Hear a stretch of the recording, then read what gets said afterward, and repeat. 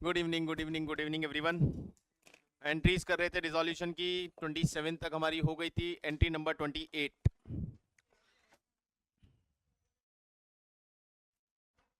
a BR of 3000 which was discounted from a bank at 2800 rupees was dishonored as the acceptor had become insolvent and as the bill had to be met by the firm.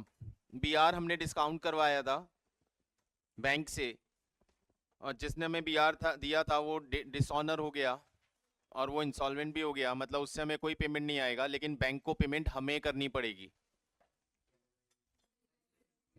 Perfect, very good. Realization account debit to cash, cash payment हमें करनी पड़ेगी, payment आएगा नहीं तो loss हो जाएगा। Realisation to cash ना 3000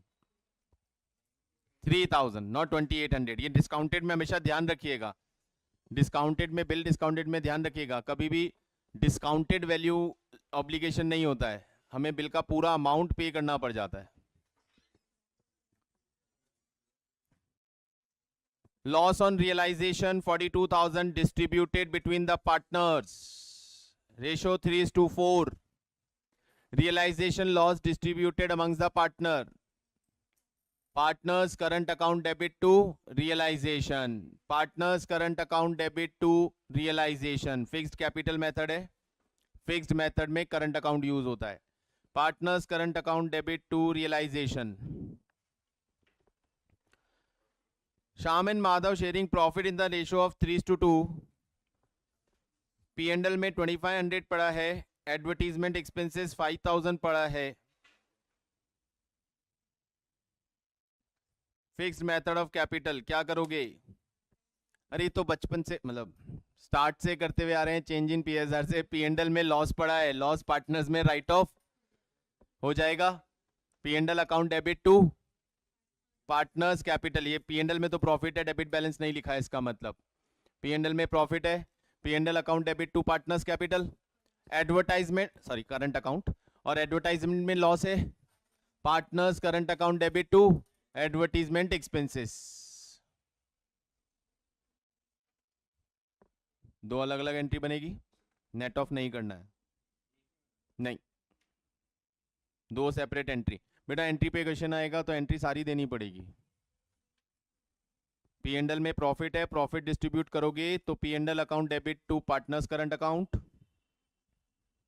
P&L account debit to partners current account. Advertisement suspense loss है तो उसका डिस्ट्रीब्यूशन होगा partners current account to advertisement suspense.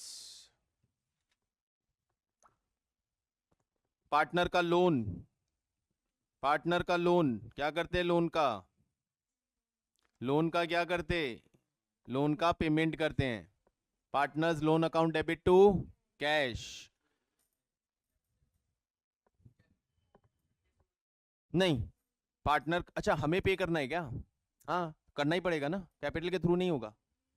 Partner का लोन आपको पे करना पड़ेगा, कैपिटल के थ्रू एडजस्ट नहीं करना है, तभी तो लोन का अलग से अकाउंट खोला हुआ है हमने। Loan account debit to cash, partner loan का पेमेंट होगा, partners loan account debit to cash.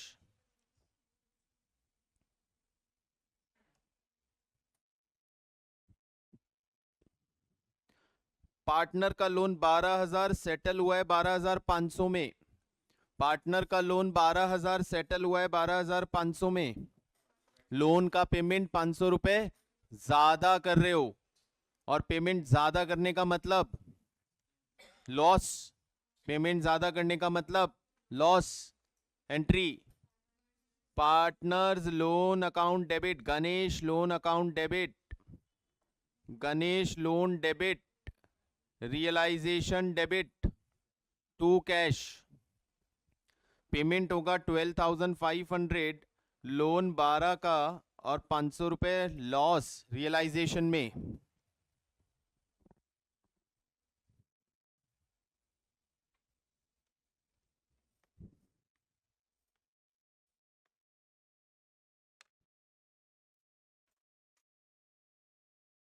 निधि का लोन 12,000 सेटल हुआ 11,000 में, निधि का लोन 12,000 सेटल हुआ 11,000 में। Loan account debit to cash to realization, यहां प्रॉफिट हो गया। लोन का पेमेंट कम कर रहे हो तो प्रॉफिट हो गया। ये मैंने लोन की एंट्री में लिखवाया था। जो भी डिफरेंस हो किस में जाएगा, रियलाइजेशन में। ज्यादा पे कर रहे हो लॉस डेबिट, कम पे कर रहे हो प्रॉफिट क्रेडिट। बेसिक बेसिक काम है, ध्यान से।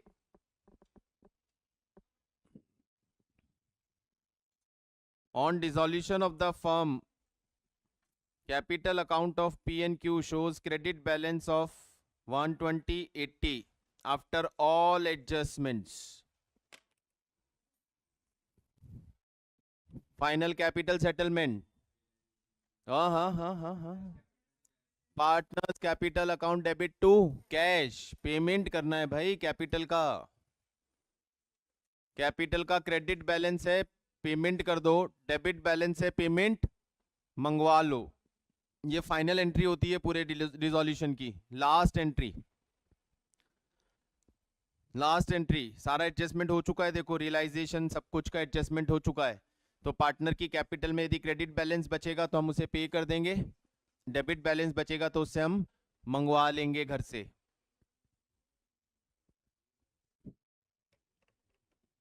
On dissolution of firm, A shows a debit balance. Partner capital में डेबिट बैलेंस है, पार्टनर कैपिटल में डेबिट बैलेंस है, तो हम पार्टनर से कैश ले लेंगे। एंट्री होगी cash account debit to, cash account debit to as capital account, cash account debit to as capital account. Guys फिर रुक रहा हूं, किसी को कोई डाउट है यहां तक?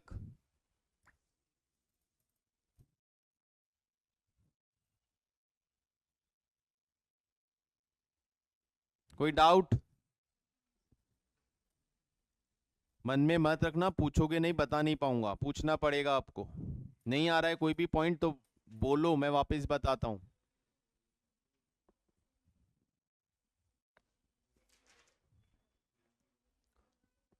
P shows credit balance, Q's current shows debit balance. Current account का बैलेंस है ये, करंट अकाउंट का बैलेंस है। करंट अकाउंट के बैलेंस का क्या करते हैं, कैपिटल में ट्रांसफर। करंट अकाउंट को कैपिटल में ट्रांसफर, मैंने दोनों एंट्रीज आपको लिखवाया हुआ है। क्रेडिट बैलेंस क्रेडिट में ट्रांसफर, डेबिट बैलेंस डेबिट में ट्रांसफर। पी का कौन सा बैलेंस है, क्रेडिट, तो पीज करंट अकाउंट डेबिट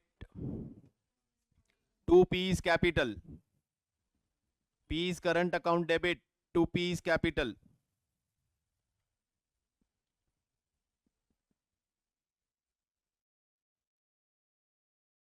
और Q's capital account debit to Q's current account, Q's capital account debit to Q's current account. P के current में क्रेडिट बैलेंस कैपिटल के क्रेडिट में गया, क्यू के करंट में डेबिट बैलेंस के कैपिटल के डेबिट में गया।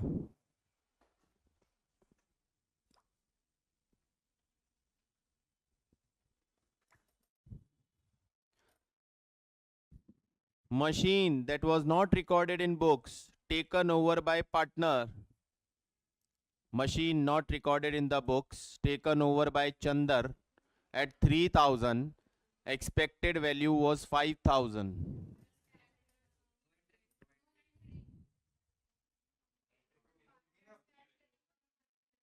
अरे बेटा पार्टनर है ये, नाम दिया है पार्टनर है, partner taking over the asset. Chander's partners capital account debit to realisation 3000 से।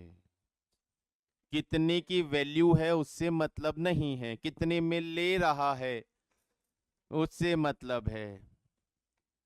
हिंदी में लिखवाया था, कितने की है मतलब नहीं। जितना रियलाइज हो रहा है 3000 में ले रहा है, 3000 से एंट्री।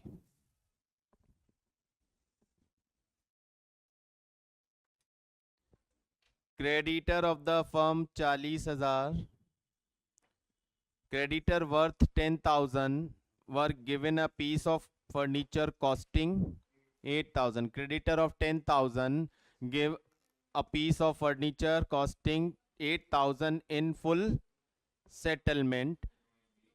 नो एंट्री 10,000 के क्रेडिटर फुल सेटलमेंट में ना, ऐसे मत लिखना नो एंट्री, दो पार्ट में पूरा करके लिखेंगे. 10,000 के क्रेडिटर 8,000 का फर्नीचर ले रहे हैं, फुल सेटलमेंट में ले रहे हैं, इस पार्ट की तो नो एंट्री. 40 में से 10,000 के क्रेडिटर गए, कितने बचे? 30,000. Remaining creditor allowed discount of 10%, मतलब 27,000 का हमें उन्हें पेमेंट करना है. Entry realization account debit to cash 27,000. तो इस ट्रांजैक्शन, यदि ऐसा ट्रांजैक्शन आएगा तो हम सीधी एंट्री कर देंगे realization account debit to cash 27,000.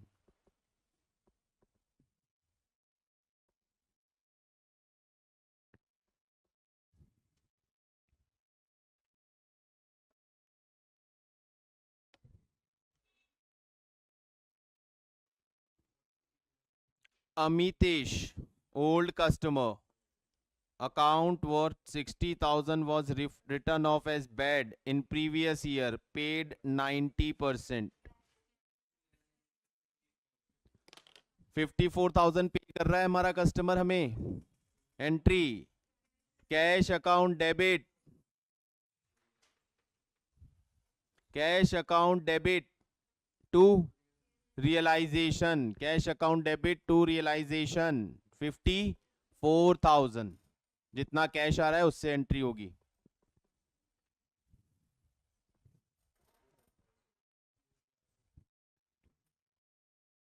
Bill of exchange 10,000 under discount.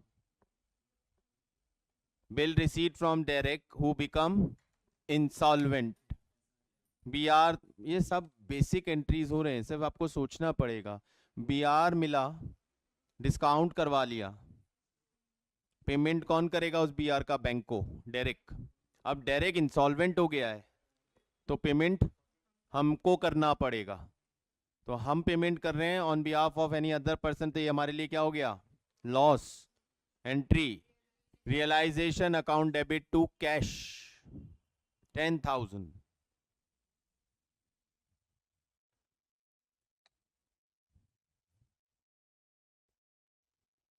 Realization account debit to cash 10,000.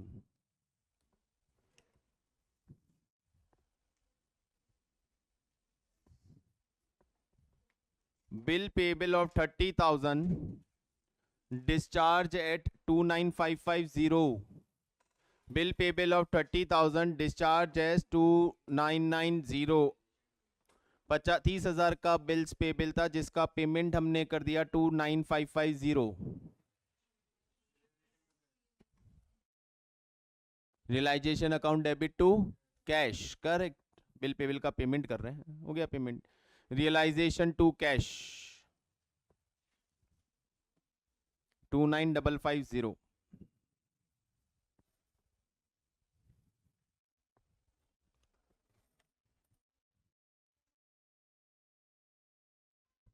वही क्या बेटा, 3 दिन बाद वापस वो सवाल पूछ रहे हो? वो तो मैंने हिंदी में लिखवाया था, इसीलिए. कितने का था उससे कोई मतलब नहीं, कितना मिला या कितना पे किया, सिर्फ उसी अमाउंट से एंट्री होनी है. बिल पेबल तो जीरो कर चुके थे हम, और मैंने ये बोला भी था, ये बार बार आपको कंफ्यूज करेगा कि इतना है, कम किया, लॉस हो रहा है, प्रॉफिट हो रहा है, लेकिन आपको कुछ नहीं देखना है अब, क्योंकि आपके लिए सारी असेट्स और लाइबिलिटीज जीरो हो चुकी हैं. And now you are making payment of 2,9,550, तो ये पूरा ही लॉस है आपके लिए एक तरह से. whatever amount you are supposed to pay, whatever amount you are paying is totally loss, क्योंकि आपके हिसाब से कोई लाइबिलिटी था ही नहीं. Creditor 30,000 took over stock of 10,000 at 10% discount and balance in cash. समझना अब इसका. 30,000 का क्रेडिटर 10,000 का स्टॉक 10% डिस्काउंट पे, 10% डिस्काउंट पे मतलब कितने में? 9,000 रुपए में तो स्टॉक ले रहा है और बाकी कैश पेमेंट ले रहा है। कितना कैश पेमेंट दोगे? 21,000।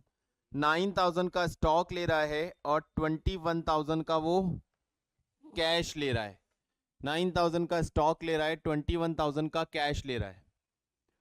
Creditor taking stock, no entry. Creditor taking cash, entry. Realization account debit to cash.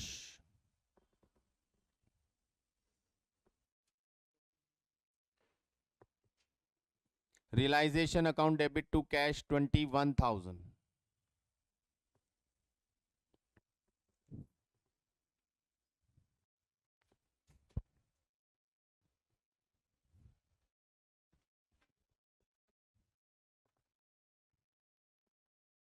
The book value of assets transferred to realization is of 1 lakh रुपी।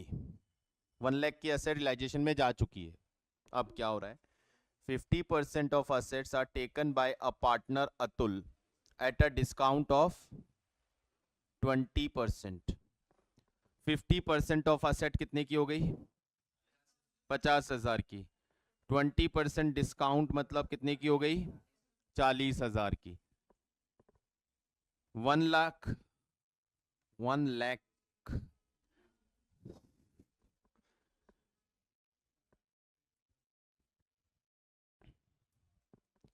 1 लाख की एसेट थी हमारी।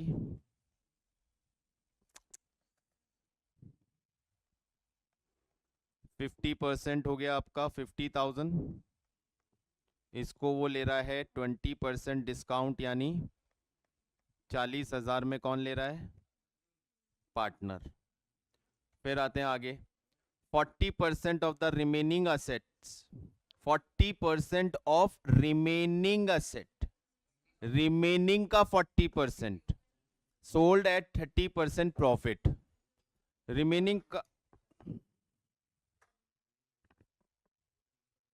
क्या हो गया इसको?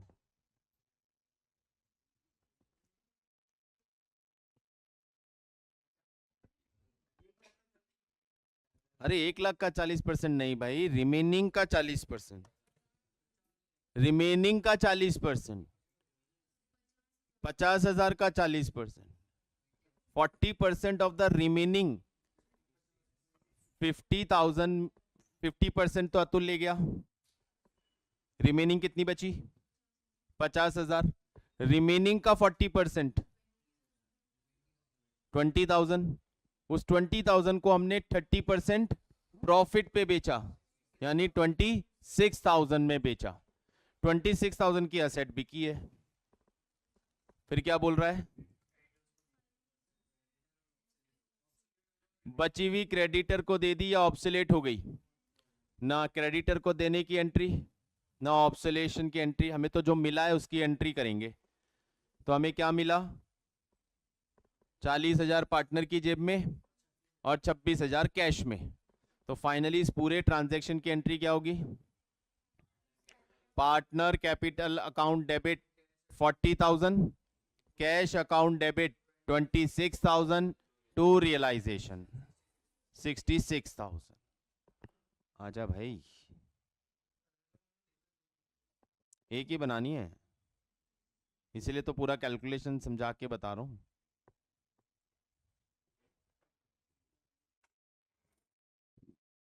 बना ली दो ठीक है, लेकिन ध्यान रखना एक ही बनानी है। सिंगल एंट्री बनाओ ना, सारा एडजस्टमेंट चेक करके।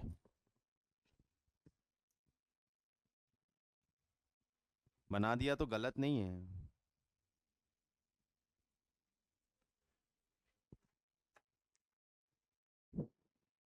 आया क्या सबको?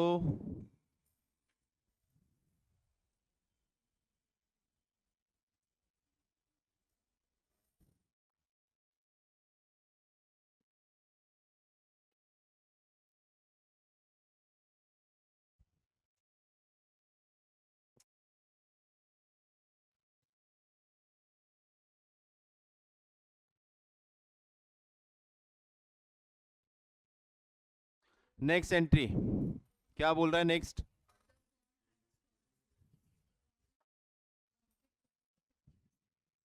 दे दो।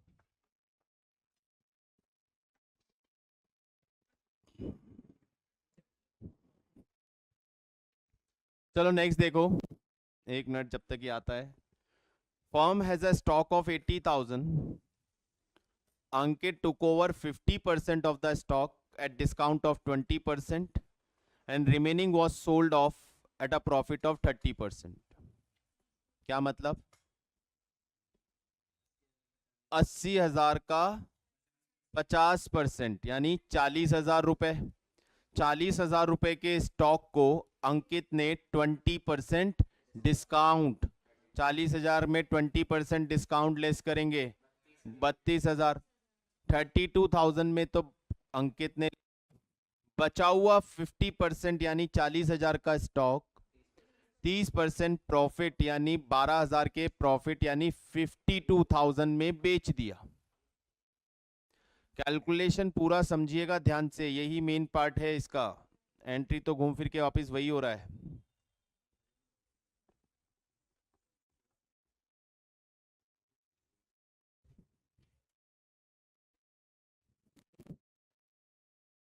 करना यार, एक दो एंट्री में लेके आता हूँ, आईपैड बंद हो गया।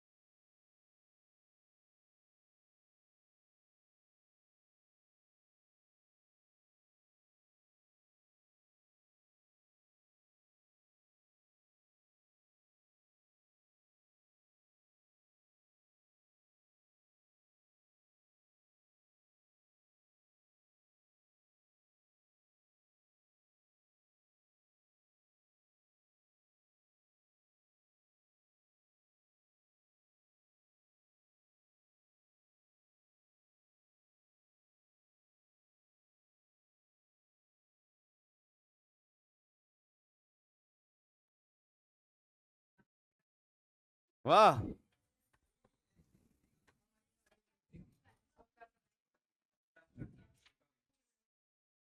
खुद का कर लो यार तुम, विकास काफी है, बाकी का तो हो जाएगा। Next entry 45, a liability under a suit for damage included in creditors was settled at 32,000 as against only 13,000, sorry, provided in books. Total credit of the firm were 50,000. समझाओ क्या बोल रहा है। 32,000 के क्रेडिटर थे, 32,000 क्रेडिटर को पेमेंट करना पड़ा, जबकि क्रेडिटर थे कितने के, 13 के। A liability against a suit of damages that has been provided for 13 only to be paid settled at 32,000. 13,000 की लाइबिलिटी हमने प्रोवाइड कर रखी थी, लेकिन उसके अगेंस्ट हमें पेमेंट 32,000 करना पड़ा। एक मिनट समझना, टोटल क्रेडिटर कितने हैं मेरे पास, टोटल क्रेडिटर है मेरे 50 के, इसमें से एक 13,000 का डैमेज का लाइबिलिटी एज्यूम किया हुआ था हमने, 37,000 के अदर क्रेडिटर्स होंगे। इस 13,000 वाली लाइबिलिटी का कितना पेमेंट किया, 32,000 पेमेंट किया। बाकी के पेमेंट के बारे में कुछ बोल रहा है क्या, नहीं, तो उसका हमने पूरा 37 पेमेंट किया होगा। टोटल पेमेंट हो गया हमारा 69,000 का पेमेंट करना पड़ा। कितने के थे, अगेन उससे कोई मतलब नहीं है। What amount you are supposed to pay, what amount actually you are paying, हम एंट्री उसी से करते हैं। 50,000 के क्रेडिटर में से डैमेज के लिए हमने एक 13,000 की लाइबिलिटी प्रोवाइड कर रखी थी। हम मान के चल रहे थे 13,000 की लाइबिलिटी है, लेकिन उस 13,000 की लाइबिलिटी की जगह सेटलमेंट कितने पे हुआ, 32,000 पे जाके सेटलमेंट हुआ, तो 13,000 की जगह पे करना पड़ा 32,000। बचे हुए क्रेडिटर कितने के हैं, 37,000 के। तो बचे हुए क्रेडिटर के बारे में कुछ नहीं बोल रहा, इसका मतलब उनका पेमेंट तो हमें करना ही पड़ेगा। उनका पेमेंट पूरा हुआ 37,000, तो टोटल पेमेंट हमारा बनता है 69,000। अगेन वापस वही बात बोल रहा हूँ, calculation and language of the question is important, बाकी कुछ नहीं है एंट्रीज के अंदर। अब जैसे अमाउंट पता चला 69 पे किए, खत्म हो गया entry. Realization account debit to cash 69,000, main calculation, language based calculation.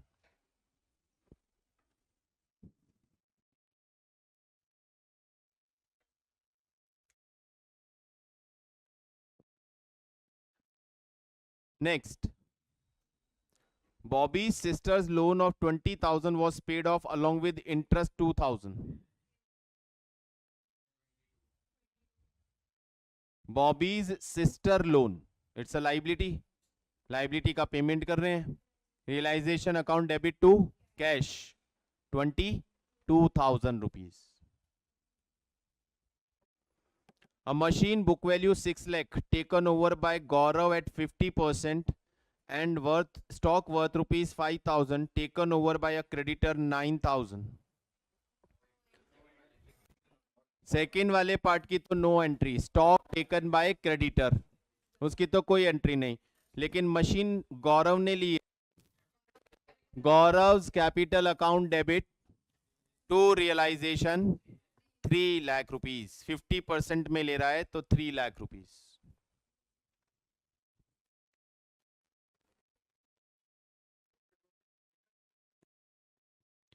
creditor of 5,000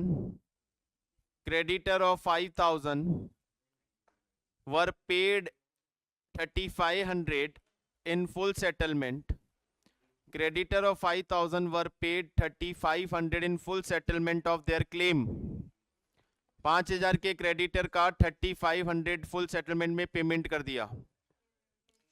realisation account debit to cash. फिर और क्या बोल रहा है, balance creditor handed over stock of 90,000 in full claim, उसकी नो एंट्री, तो 3,500 रुपीज वाली एंट्री होगी सिर्फ realization account debit to cash.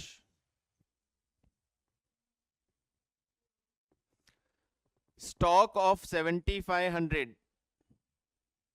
included obsolete item of 500 which could not be realized. Remaining stock realized in full. बोलो.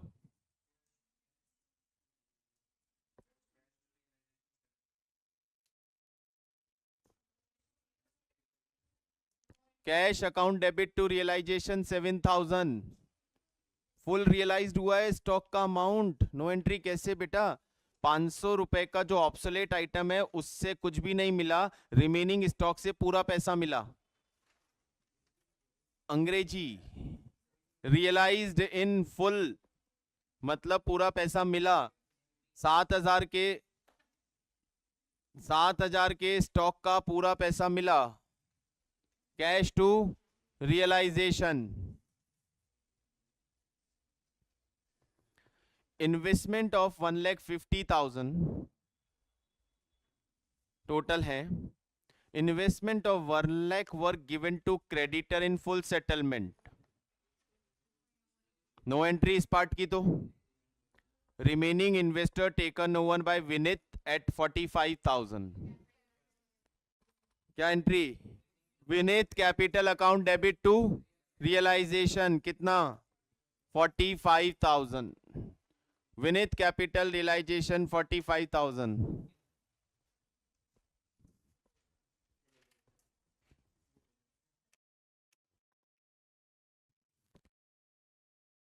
Next. Total debtor is of 240. Anju take over debtor amounting to 2 lakh at value of 1 lakh. 2 lakh के debtor Anju ने ले लिए लेकिन कितने में? 185 में. Sanju take over remaining debtor at 80% of book value. देखो 240 के डेटर्स थे हमारे पास. इसमें से 2 लाख के डेटर तो अंजू ने ले लिए 1,85 में. बचे कितने के डेटर? 40,000 के डेटर बचे. ये बचे हुए 40,000 के डेटर 80% पे यानी 32,000 में कौन ले रहा है? संजू. बोलो entry. Anju's capital account debit 185. Sanju's capital account debit 32 to realisation.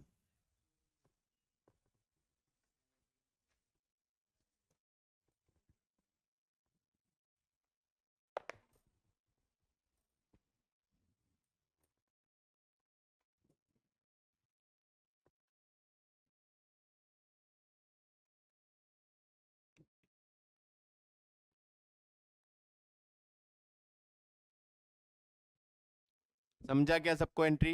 ये ऐसे करके बना के देख लो कितना था कितना क्या क्या गया तो इजीली अमाउंट कैलकुलेट हो जाएगा. Motorcycle was bought out from firm's money, was not shown in the books, sold to Lily for 10,000. Cash account debit to realization. Sold है, टेकन ओवर नहीं है. बेच दी गई. 10,000 में बेची है. कैश आ रहा है. Cash account debit to realisation.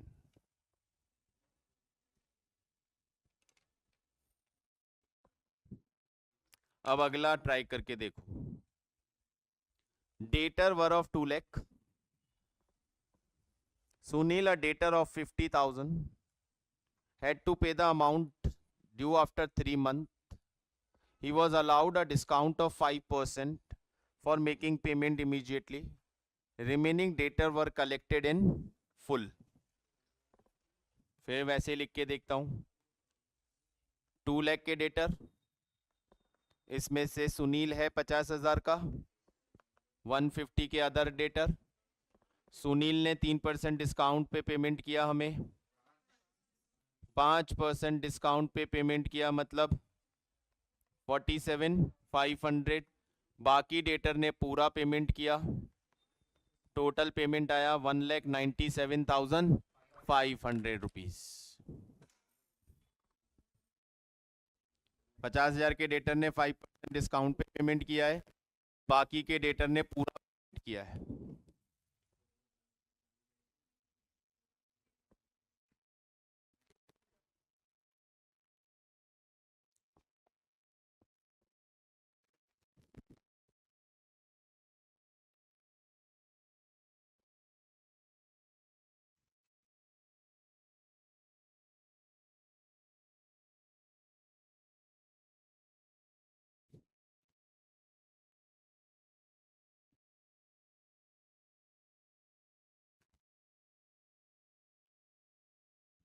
Next, stock of 150, 50% of stock was taken over by Ragini at market price, which was 20% less than the book value.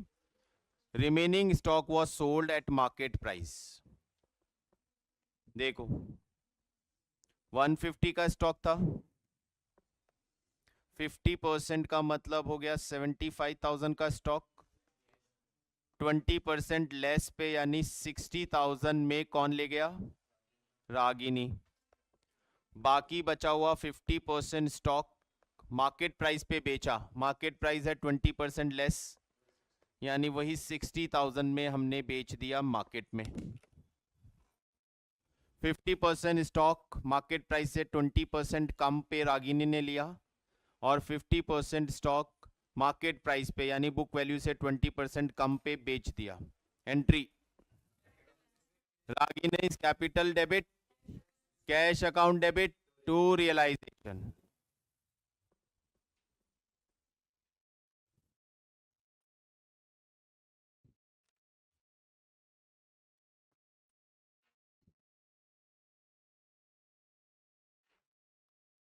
Last for today, dissolution expenses were 8,000, जिसमें से 3,000 were to be borne by firm, 3,000 तो firm को bear करने थे, और 5,000 ध्रुपद को bear करने थे, यानी पार्टनर को बेयर करने थे। लेकिन पेमेंट सारा फर्म ने किया है। अब सोचना, पेमेंट सारा फर्म ने किया है, कैश पूरा गया, कैश पूरा गया, कैश गया तो कैश क्रेडिट होगा कितने से? 8,000 से। हम डेबिट सिर्फ अपने एक्सपेंस को करेंगे, रियलाइजेशन डेबिट होगा फर्म के एक्सपेंस से। फर्म का एक्सपेंस कितना? 3,000। 5,000 किसका खर्चा? पार्टनर का। और पे कौन कर रहा है? Firm. Partners paid by firm, bear by partner, तो यहां ध्रुपद कैपिटल डेबिट हो जाएगा 5,000 रुपए से।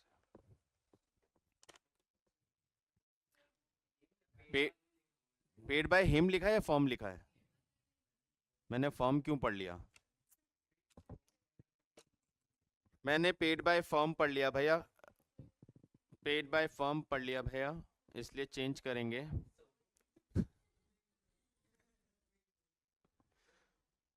ठीक है भैया, चेंज कर रहे हैं, एंट्री चेंज कर रहे हैं यार। ठीक है, पेमेंट किसने किया? पार्टनर ने। हमारा एक्सपेंस कितना? 3,000।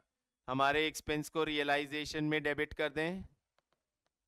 3,000 हमने रियलाइजेशन में डेबिट कर दिया, ये तो हमारा खर्चा है ना, रियलाइजेशन में 3,000 ही आएगा। ध्रुपद का कितना है? 5। पे किसने किया?